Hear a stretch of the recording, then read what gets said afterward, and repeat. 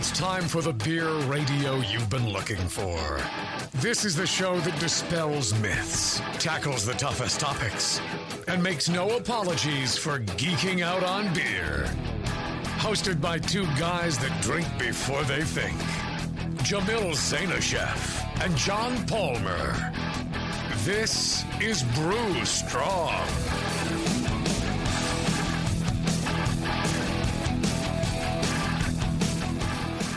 Hey, howdy, hey, my brewing brothers and sisters. It's another episode of Brew Strong. How you doing, John? Cretins. Doing well. Doing real well, Jamil. How are you?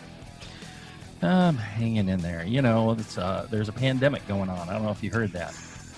Yes, we are confined to home for quite some time. I mean, you've been camping out there on a cot in your brewery for months, right? Yeah, come up on 6 months, something like that. I don't know. Yeah. My hair grew really long. I had to figure out how to cut my own hair. I literally did have to figure out how to cut my own hair. It was driving me nuts. Yeah, when everything was shut down. And you, how about you're in your compound there? You've got your forge, and you've been hammering on a lot of metal during the pandemic. Yeah, I've been forging some knives, doing some Damascus steel, and but as in so often, you know, when we're us creative types doing something, we're more about, you know, like in brewing, we're more about the mash and the recipe design. Mm-hmm. We kind of, you know, get that done. We keg the beer and then we kind of ignore it. Well, for me, in making knives, I'll forge out the blade and then I'll never get around to putting a handle on it. This time I worked very hard in actually making a nice handle for this knife. Oh, sweet! It's called a kukri, and that took quite a bit of time, but it was very, very nice to get done. And even though I put it on backwards the first time, I had to dissolve the epoxy with acetone and then remount it and do it all right. But now it's done. I've done it. So boy, it must take quite a while to dissolve epoxy with acetone. Took about a week. Yeah. Epoxy, once that hardens, that's some pretty tough stuff. Yeah, but I was able to get it all apart. All the pieces, you know, didn't break. They didn't get brittle. I was able to put it all back together after I turned it around. It was much better. Right. Now, I've always thought about putting a like a rusted metal heretic face sign out on the building. And what I would need for that is a, you know, medieval looking wrought iron type of metal structure to hang that off of the building. Is that something you could knock out in your forge? Let's say in an afternoon. Oh yeah. A couple of afternoons perhaps, but you know, mild steel and you know, wrought iron, they form a patina on them, which gives them better longevity from rust and weathering than what you'd think. Mm-hmm. And so, you know, it would last pretty good length of time. Right. Well, and you're away from the coast, so yeah, I imagine I won't live to see the end of it. You know, some hammer marks on there, making it look like it was created, you know, hundreds of years ago. I think that'd be really cool. Fun. That'd be fun to do. Yeah. You know what else is fun? Hanging out with our good friend John Blickman. Oh yeah, I bet he's been cooped up back there in Indiana for a while. Yeah, I'm surprised he hasn't gotten on the news for blowing something up or you know, creating a rocket ship to get to another planet or something. He's innovating new products and building them in his exactly. Yeah, he's probably using this time to create all sorts of cool stuff. I'm sure he's probably jonesing for the time to get out to the conference and see everybody and have a good time. He is a wonderful guy and a creative guy, and he's the guy who's been paying for this show for 15 years now. Whatever. Yeah, quite a while. It's been since Oakland. Yeah, and so you know, it's really great of him, and I think one of the things we can do as you know, people who appreciate this show, tell them thank you for sponsoring the show. Send them an email, feedback@blickmanengineering.com, and tell him how much you appreciate that he's paid for the show so you get it for free. So make sure to check that out. Today, we want to talk about sweetness and dryness. Matt from Virginia, he wrote in, and I apologize. He wrote in 2012. Okay. So just a little while ago. And I thought it was such a great idea for a show. I set that in a special folder, which, in case of emergency, break glass. Right. For all those great show ideas that I wanted to get to. And then I promptly forgot that I had created this folder and put these ideas in there. And so I emailed Matt back and said, hey, great question. We'll do a show about it on Tuesday. And it's like, yeah, it only took 8 years for me to respond. So I'm sorry about that, Matt. And Matt said, I'd love to hear a show on beer sweetness and dryness. In wine, it's easy to talk about residual sugar because there's no complex sugars. But in brewing, there are so many sugars out there. I don't understand what is left in a fully fermented beer. Is it all starch? Is some of it unfermentable sugar that the human tongue perceives as sweet? Are we being tricked into thinking a beer is sweet because it smells like sweet things, candy, honey, fruit, etc.? This is heavy on my mind because my wife and I like our homebrew on the sweeter side. I use the London ESB strain in most of my beers, partly for the lower attenuation, but I also love the extreme esters. I was ecstatic when I found out about, via Can You Brew It that my favorite brewery, we used to do a show called Can You Brew It, and Cologne commercial beers. And that was probably back in 2012. Yeah. That my favorite brewery, Lagunitas, uses the same strain in all their beers. If you were to submit a Lagunitas recipe to a homebrew forum website, you would get blasted for just about everything from mash temps, too much crystal malt, English ale yeast, and final gravity. Yet I don't feel any of Lagunitas' beers fall on the cloying side. You've repeated a couple of times the story of drinking 2 of Tasty's beers, and one with the lower final gravity tasted sweeter to you. That needs some explaining on a scientific level. And how about the fact that many Trappist beers are loaded with crystal malts, have barely any bittering, and yet nobody whines about them being cloyingly sweet? This would be a fun social experiment. Post identical recipes on an online forum in the Belgian Double and Imperial American Amber sections, and watch people praise one and blast the other for their sweetness levels. All right, Matt. I think that's actually, we rarely read a long, detailed question, but he brings up, many excellent points, which made it very easy for me to write the outline for the show. So, greatly appreciated, Matt. Good question. There. Yeah. Fermentability and sweetness. What we always like to do is start with, what is sweetness? What's I think, for sweetness and many things, there's the perception versus the actual. And right. Like Matt is saying, I had a couple of beers. Tasty had brought in, I think we were doing the Jamil show, and we were doing Belgian triple, Belgian golden, something like that. Tasty brought in a couple of beers. And the 2 beers I had side by side, and one was clearly sweeter than the other.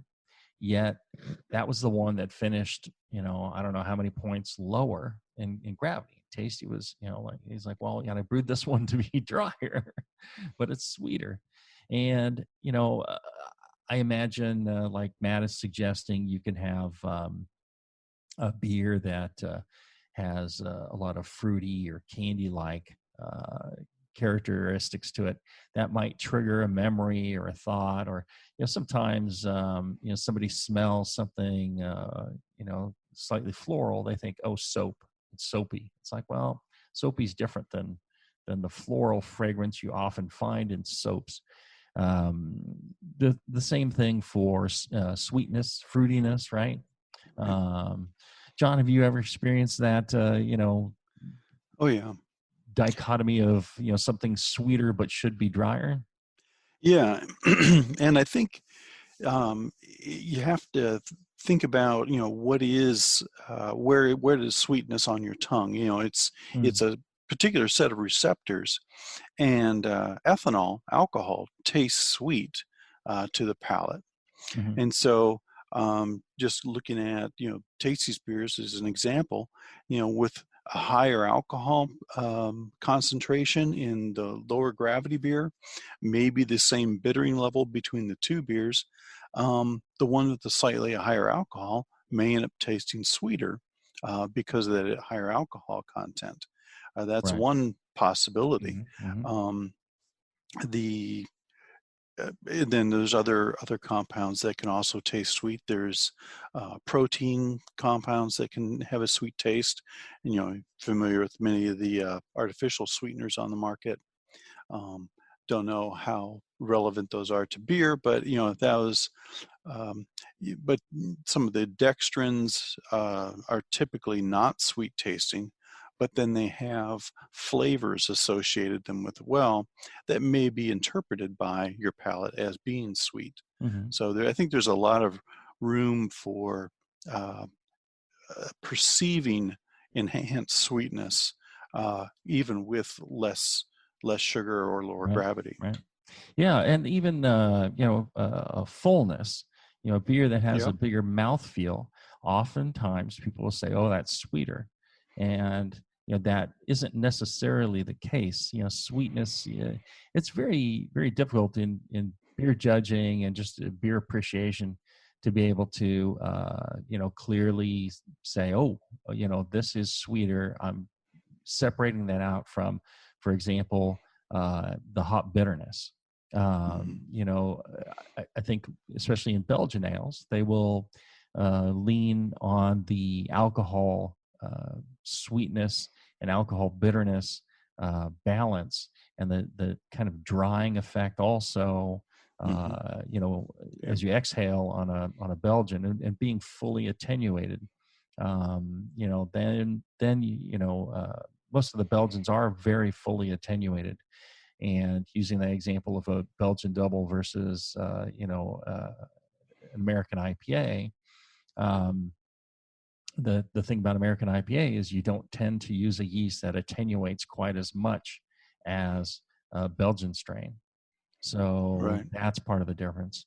But the Belgian strain, it depends on the alcohols created. One of the things that Matt was asking was, what's left over at the end of fermentation? Well, you have a bunch of longer chain sugars. You'll have maltose. You can have glucose left over. Generally, glucose is one of those things that yeast take up so easily that there is none left. It depends on a lot of factors. If you are Right. brewing in a certain way where you're throwing in a lot of simple sugars, during fermentation, you may end up with that glucose as you kind of overwhelm the yeast, and eventually, the alcohol level has stopped them. Then you can end up with some unfermented glucose left over. And there's starches, of course. Starches are, a polysaccharide. They're long chains of sugar joined together. And so you've got these sugars, but there's these long chains of sugars, and they don't taste sweet. Once they're arranged in this manner, they have some of them have some sweetness. For example, some of the dextrins, maltose has some sweetness to it, but some of them become these starches are not sweet at all. Right. Proteins, of course, those are left over as well, and that's going to be made up of one or more linear chains of amino acids. And so you got your starches, you got your proteins, you got alcohols, of course, and that's a big flavor component. Right. And then you've got, and that, as you're saying, can be sweet, it can be bitter, it can have a lot of different aromatics to it. And the yeast derived what we call flavor active compounds. So ethanol, of course, carbon dioxide, Yeah. carbonyls, aldehydes, ketones, Right. the higher alcohols, the fusel alcohols. I rant about that all the time. Esters, of course, we're all familiar with at least the Right. concept of esters. VDKs, your diacetyl and other compounds.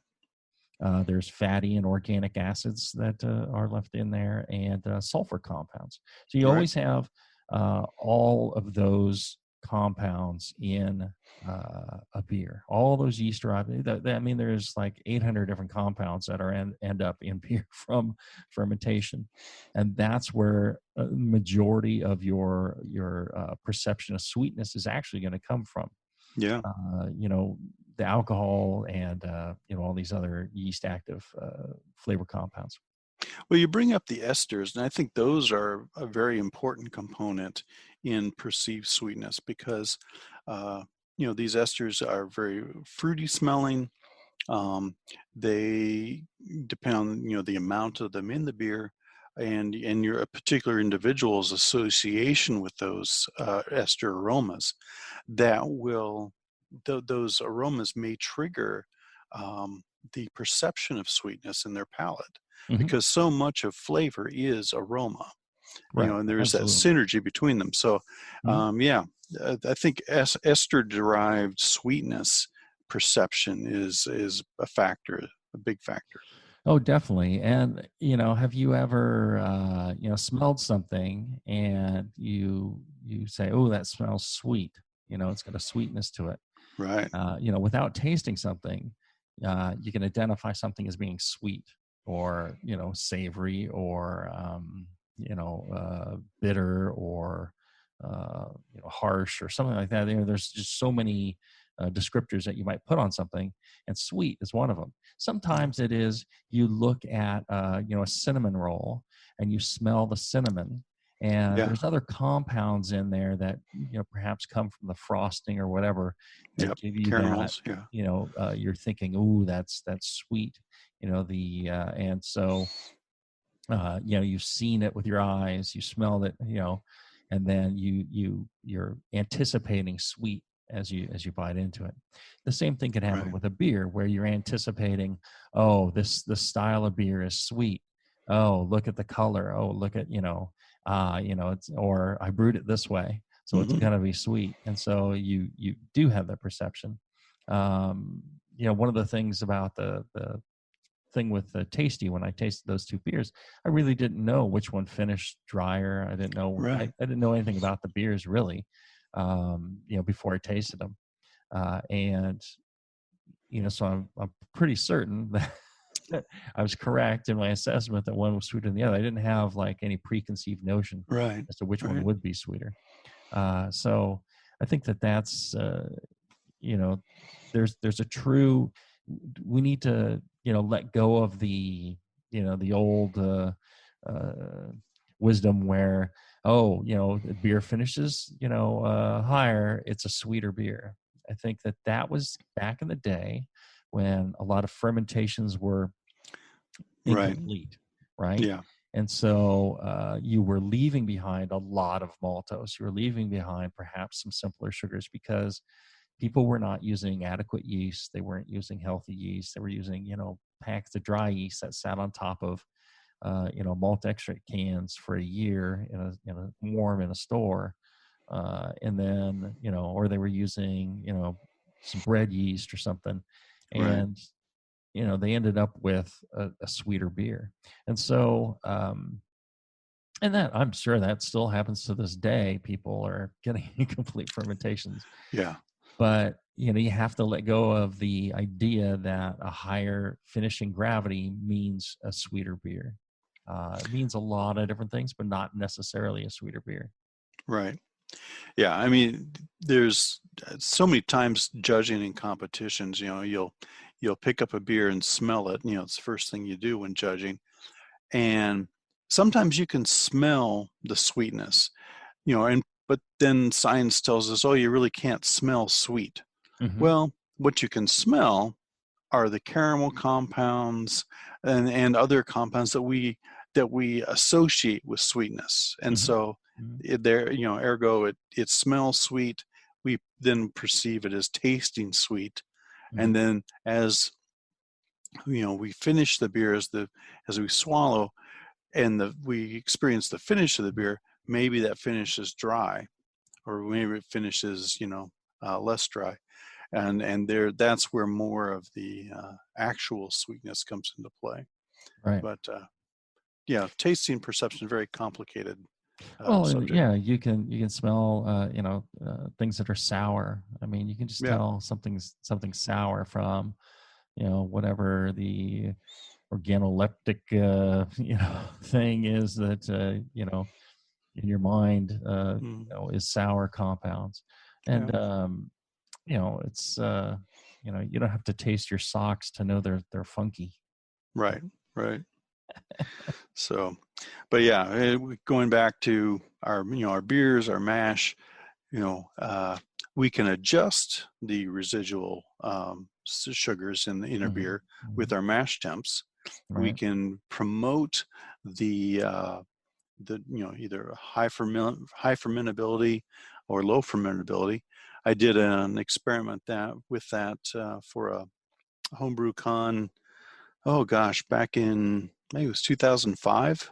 Hmm. A couple of guys, when we were in Denver, I think we brewed, same recipe, high mash temperature, low mash temperature, and it made a difference of a couple points in final gravity, and a difference in the profile of the beer as well. Hmm. Well, and you know, so talking about what makes one beer sweeter than another, mash temperatures. Did you really, find one sweeter than the other, or they just different? One was maybe fuller.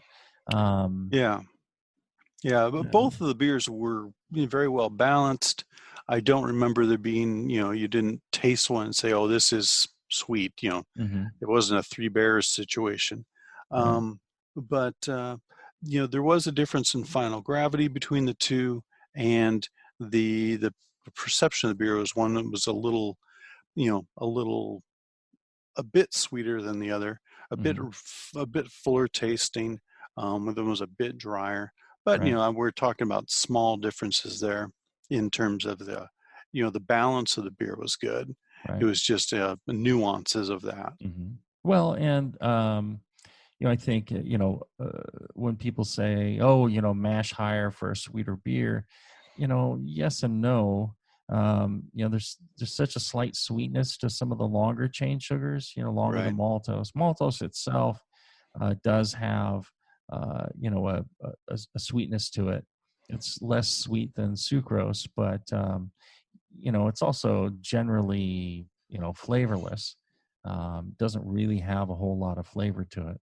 um, Right. so it may add to that perception. And I think the experiment on a low gravity beer, something where you're trying to hit with 3% ABV versus something where you're trying to hit a 12 or 14% ABV. Right. You may end up with more leftover short chain sugars on something bigger than you would on something smaller. And I think that makes a difference too. Like we're saying, the mash temp can make, lend itself to a perception of fullness. And, eh, a lot of times people say mash temperature does not create body, but Yeah. it really, really lends itself to that perception of fullness in my experience. Right. Right. So I consider that part of body. And so I think mash temperature is really most importantly kind of that body, a little bit of residual sweetness. I mean, it takes quite a bit of, points of leftover maltose to add to that. And again, Right. if you're using a yeast that attenuates well and you're in the, 6% range, 5-6% range, you're not going to notice a huge difference because most of that maltose was taken up. If you're just leaving a tiny bit of extra maltose left over, it's going to add a little bit of sweetness, but not much.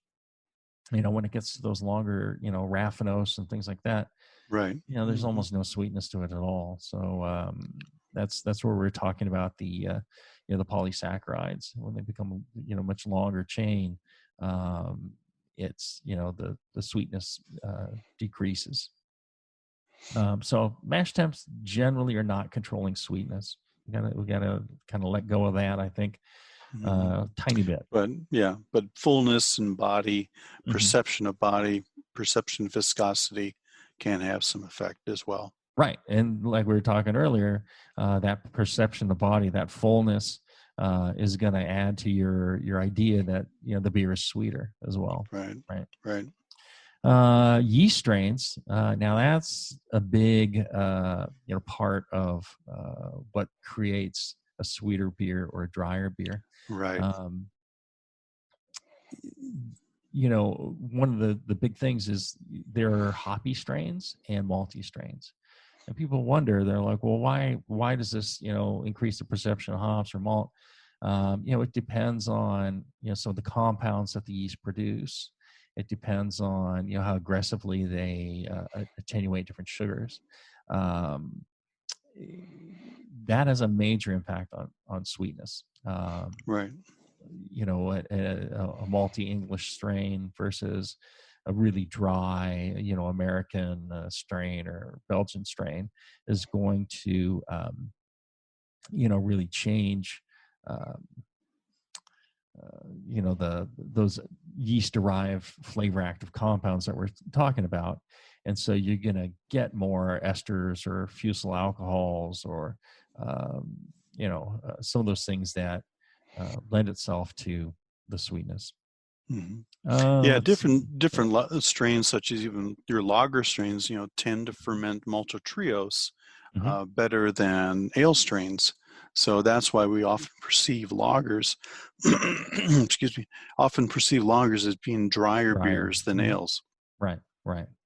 And maltotriose, I believe, isn't very sweet at all. But no, the fact that the lager strain will go through the majority of the maltose before it gets to maltotriose and raffinose, and that in itself, I think, is what's making it a drier, crisper. A friend of mine, Travis, was asking, why, are lagers crisper than an ale? Why can't you make a crisp ale? You can make a crisp ale, but if you made the same beer with the lager yeast, does it turn out crisper? And I think one of the reasons is the lager yeast will tend to consume more of the maltose and not leave as much maltose behind as the ale strains do. So that's a good point, John.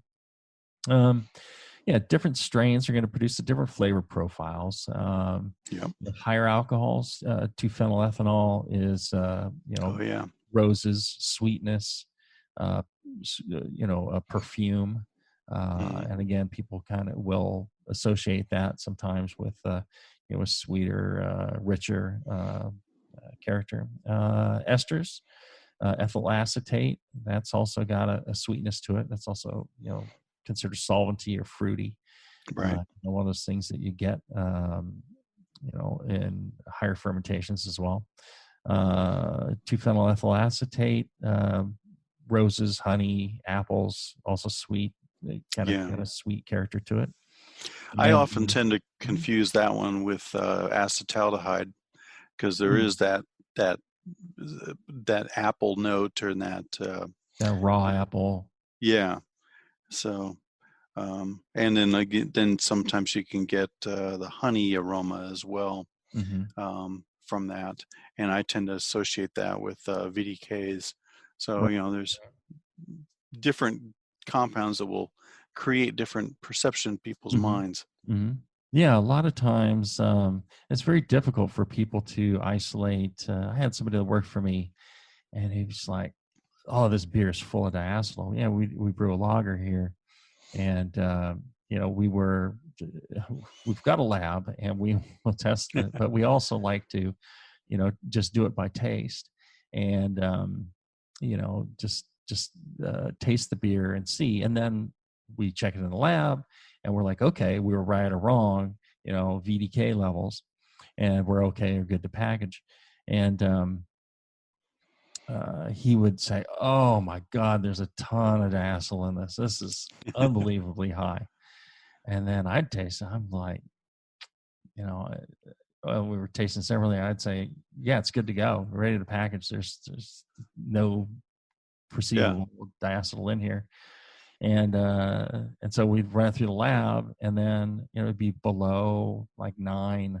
It was so low that there's no way. So I'm not sure what compounds were triggering this, perception of diacetyl, for this guy. But there was something he was sensing that he thought was diacetyl that wasn't. Right. So, and I see it in competitions as well, in judging. I'll be judging with somebody and they'll go, "Oh, ton of diacetyl." I'm like, I'm the weird thing is I'm okay with diacetyl as a compound in beer. A little bit, yeah. I like a little bit in a little bit more in British ales. I'm actually kind of a fan of getting a little bit. And in all ales, it adds again to the fullness perception. It can add a bit of sweetness or butterscotch compound to a beer, or at least the perception of that. And so, it's not completely this horrible, evil thing that needs to be eradicated at all costs, which has driven us to, a lot of the West Coast ale cleanness and crispness, which is great. But I'm just saying, there's other styles of beer out there, and a little bit of diacetyl's fine. Anyways, so, by being able to check in the lab and, taste and check, able to, when we had a point where the lab wasn't available, we weren't able to do, what problem did we have that we weren't able to run VDKs? So you can taste and be certain if you know exactly what diacetyl tastes like in beer. Right. The vinyl diketones, you can be certain of what you're doing, and I think that's a skill that homebrewers need to evolve, because homebrewers often don't have access to the equipment to run VDK samples. So right. Yeah, being able to take a sensory course where you can, smell, sample the standards, for diacetyl, for acetaldehyde, for other compounds, is very, very instructive. I mean, to be able to isolate that compound and see what it smells like to you, and helps you identify it better in competitions. I remember the first time you and I met. Do you remember when that was? I think it would have been the MCAB 2000. It was the MCAB, the Masters Championship of Amateur Brewing. Is that what MCAB stands for? Yeah. Yeah. Back it was in Berkeley. Yep. And what year might that have been? 2000 or 2001. Right. I think. Right. Yeah. I was thinking maybe 2002, but yeah, it might have been earlier than that. And you and I sat next to each other during a sensory thing where they were sending around pictures of Budweiser, Bud Light with, dosed with various things. And we were going through it. And I remember, going like, oh, yeah, John knows his stuff. This is pretty exciting. I'm sitting next to John Palmer. And meanwhile, I'm thinking, I'm sitting next to Jamil. This guy's smart.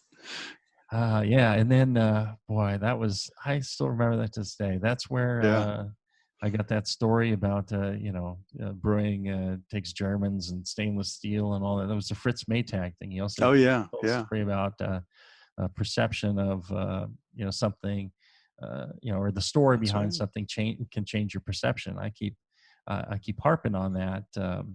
Recently on Beer Advocate, I was answering some questions about that, and I was talking about how perception is so important or your preconceived notion is so important about what your perception is. And I get a little bit of time. I'll tell the Fritz Maytag story.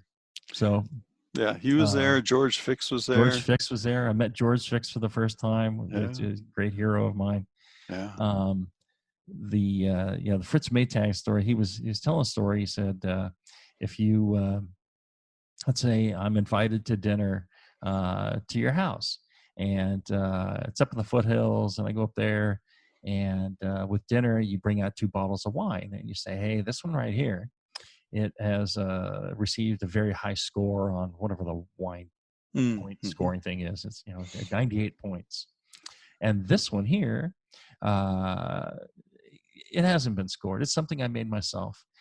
we grew the grapes here. My grandfather, he planted the grapes on this property, and when he came to America, 100 years ago. Right. And so we picked the grapes, and I used his old recipe for fermenting and all this, and his old big the same wine barrels that he used, and that's the wine that I made. And Fritz is like, I would go with the wine with the story every time, and that one's going to taste better to me because it's got. He told a beautiful story, and I'm right. I remember that. Here. Yeah. But it's always going to taste better. It's always going to be more interesting to me, and it's the one I'm going to want to have because there's a rich background to it. It's not just there's something I bought. Story makes will change your perceptions. If Tasty told me, I've got another story. Yeah, I got time. You guys all stay and listen. Dave Sapsis. Yes. So Dave Sapsis is my sensei. He taught me a lot about judging beer. And when I was starting out, we used to drive up, or I drove and he rode along, up to the Washoe Zephyr Zymergis up in Reno. Good friends up there, John Tull and Ron, a whole bunch of wonderful people up there. They taught me a lot about judging and just being a wonderful homebrew club. They used to have their competition once a year, and we'd drive up there, Dave and I, and we'd judge, and I'd also enter the competition. Well, one year he was judging German lagers, and also judged the Best of Show. And he, a bunch of the rest of us, since I entered, I couldn't be in Best of Show because apparently one of my beers was in there, or a few. And during that judging, all the rest of us were standing around kind of listening in on the Best of Show judging. And I remember there was a North German Pilsner in there that Dave had, given first place to and really loved, but and everyone else was crazy about it. I'm thinking, that's going to be the Best of Show beer. I didn't know it was my beer at the time, but then, Dave's comments on it, goes, yeah, but I think it's just still, just a touch too sweet to be Best of Show. And so they gave the Best of Show to something else. Well, lo and behold, shortly after that, I find out that was my North German Pils in there. Nice. And, it didn't get Best of Show. On the drive back, I think Dave and I were talking about it, and I'm like, he's like, it's just a little too sweet. I said, I thought I was spot on. He thought it needed be a little drier, and I always, I respect him and all the other judges, so I'm like, okay, it needs to be a little drier. So fast forward a year, and I brew the beer again. I lower the mash temp, and I get the thing to finish out a few points lower. I taste it. I'm like, spot on. I made it drier. And enter in the same competition. Dave and I drive up there again. Lo and behold, he ends up judging German lagers because he loves German lagers. And I think it gets like second place or third place. And I'm like, well, what happened? It wasn't perfect. There's two other beers better than that. And so afterwards, I found out afterwards that I got that. And so on the drive back, because he would hand out your sheets and announce the awards right there at the end of the competition, which was nice. On the drive back, I tell Dave, I'm like, well, that was my North German Pils in there that got like second place. And I said, I made it drier than, last year. And he goes, that was your beer? He says, oh, okay. He goes, I thought that it was sweeter than the one from the previous year, from the year before in Best of Show. And I'm thinking to myself, okay, the old man's losing his mind. He doesn't know what what's what. This one was drier. I lowered my mash temperature, and it attenuated out further, so it's got to be drier, right? And So he's like, well, I could be wrong. It was a year ago, and maybe I'm mistaken. He's very gracious about it. Right. You can tell, you don't cross somebody who's, talking about their competition scores or whatever. That's right. And so I go home, and I've happened to save bottles of that German Pilsner from the previous year. Oh. I've got the two for side by side. They've been refrigerated the whole time. Mm-hmm. Sure, it's a year, but good refrigeration will really preserve a beer. Yep. So I'll have my wife pour me a blind triangle test. And in the blind triangle test, one of the beers is clearly sweeter. It's a small difference, but clearly, I was able to pick it out, from the triangle test. Yeah. And it turns out that was the newest beer, the current beer. Oh. So I brewed it at a lower mash temperature. It attenuated more, but it was sweeter. So thus, I learned a couple of things. One is about beer memory, and that Dave is rarely wrong on his beer memory. A year apart, he could tell the difference between those two beers. Yeah. And that taught me that I needed to improve my beer memory. And so one of the things I try and do now is kind of lock in beer experiences in my mind. What exactly were the perceptions that I had about a different beer? It's why I can't remember people's names. Right. Because there's other important stuff. I'm filling my mind with, these notes about, various beers so that when I have them again, I can compare and contrast. So it taught me that, and also taught me about mash temperature really isn't the thing that makes this big difference in, sweetness of beer. It's all these other things about beer. It's, how much you pitch. It's, what strain you use, although I use the same strain. I probably pitch the same amount of yeast. But, it's slight temperature differences. It's, slight little things that all add up to, a slightly different beer. So, and of course, then there's the hopping of the two. Right. It could be that the hops that I used were different crop of hops. The malt that I use, a different crop of malt. When you're apart, how they're grown, all that makes a big difference. And I did not have I was fairly new then still, and I didn't have the knowledge about all these different things that I do now. And so that really, can make a significant difference. So that wild rambling and aside. I've found it quite fun to reminisce with you about the first time we met. I can still see you sitting to the right of me, and the notes. And I was like, I think I got one wrong, and you got it right. And I'm like, oh man, that John, he knows his stuff. I was working hard. That was a great competition. Or you just guessed. Yeah, that might have been it too. Knowing me, yeah, you got lucky. All right, so let's talk a little bit about residual sugar, because residual sugar can have, an enormous impact on, the sweetness of beer. And like we were talking before, this is where it comes in, where the old mindset of a higher finishing gravity will give you a more greater sweetness, right? But the thing is, again, if you attenuate more and you still leave behind a lot of glucose, you're going to end up with a sweeter beer. So it just depends on, because glucose is quite sweet. The residual sugar is mainly fermentation related. Your specific gravity, your starting specific gravity, the yeast, and the limits, the yeast strain like we're talking about, and your yeast limits.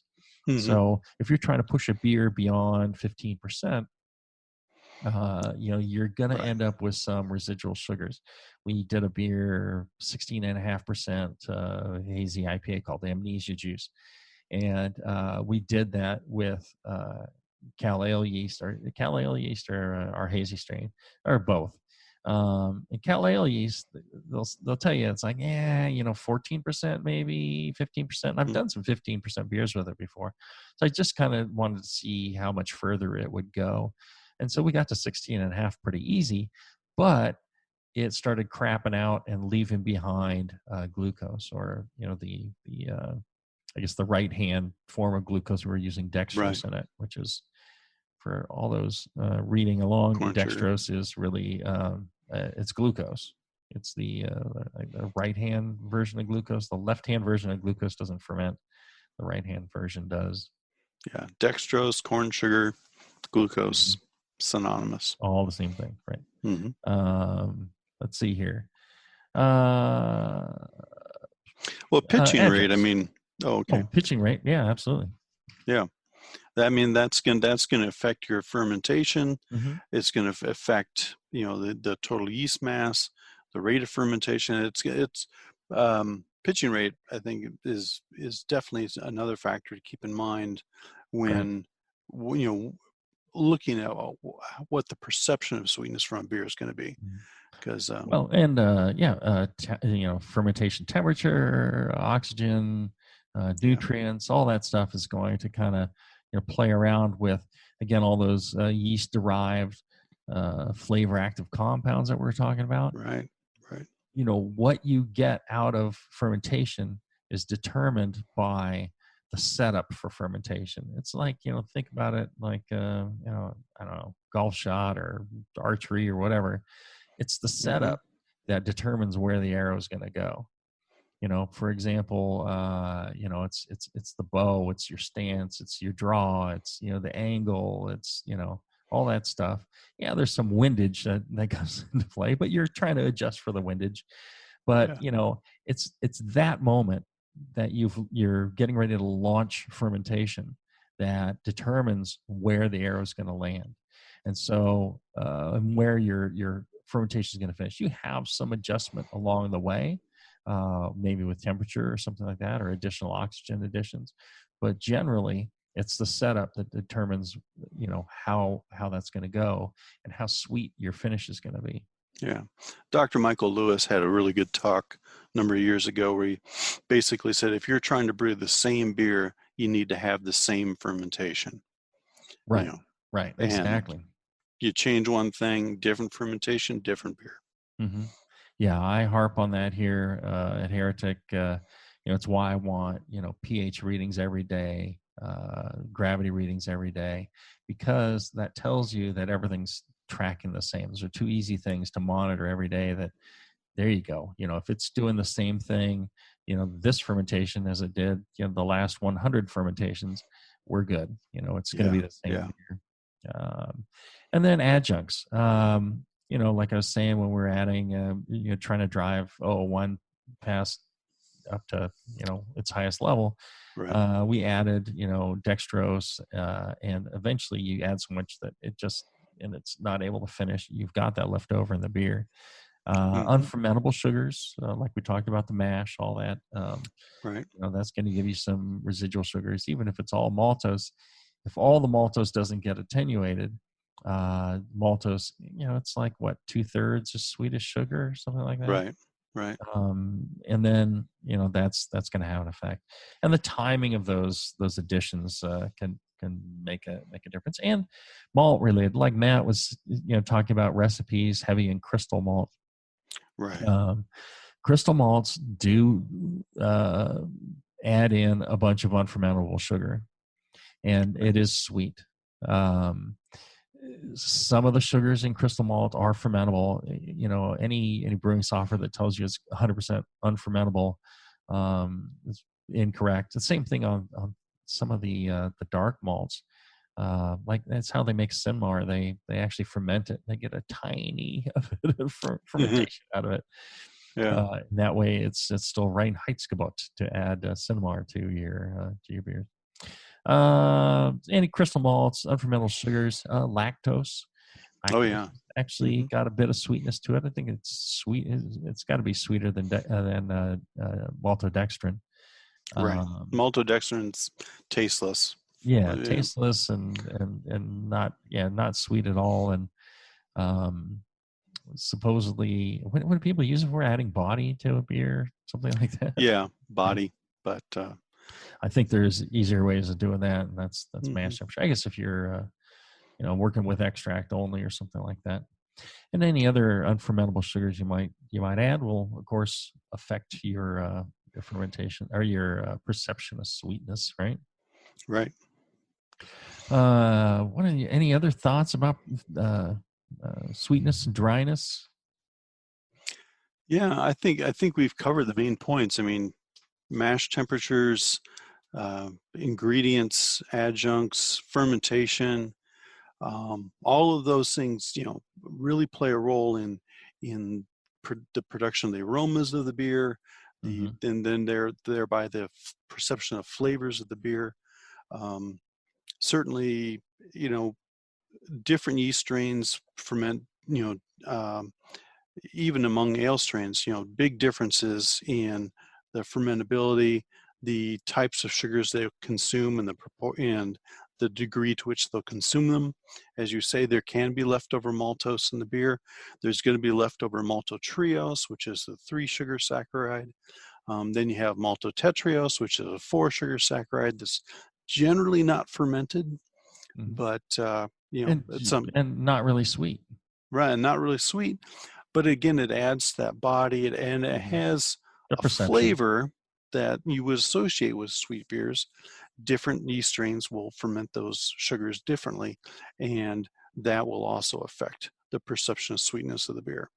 Now, going back to the original post here, when you have the same beers side by side, or same recipe side by side, same yeast strain. Now we're looking a little deeper, but yeah.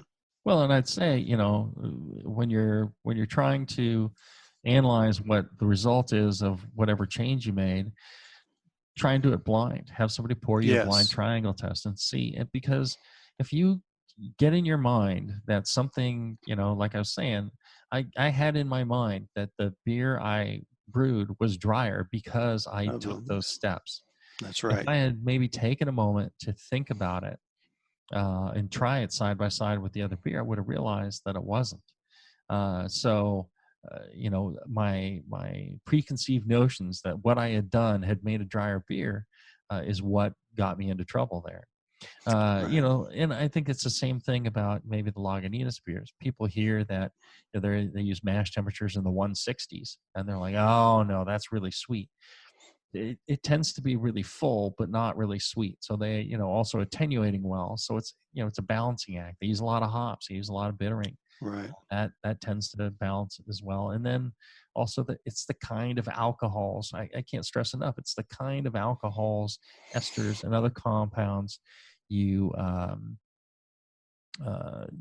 get through fermentation that make the difference. And that's where sweetness is really developed right there. Right. All right. An excellent show. Thank you very much, Matt from Virginia, on sparking this idea. Sorry it took me over 8 years to get to it, but this is proof. If nothing, we will get to them.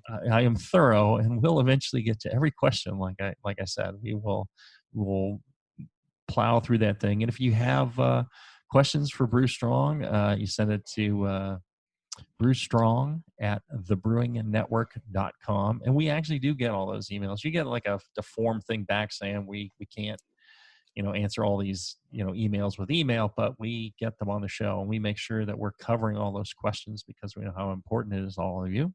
Yep. And I want to tell you how important our good friend John Blickman at blickmanengineering.com is to us, that he pays for the show. So Justin allows us to, keep meeting like this, right? Having fun.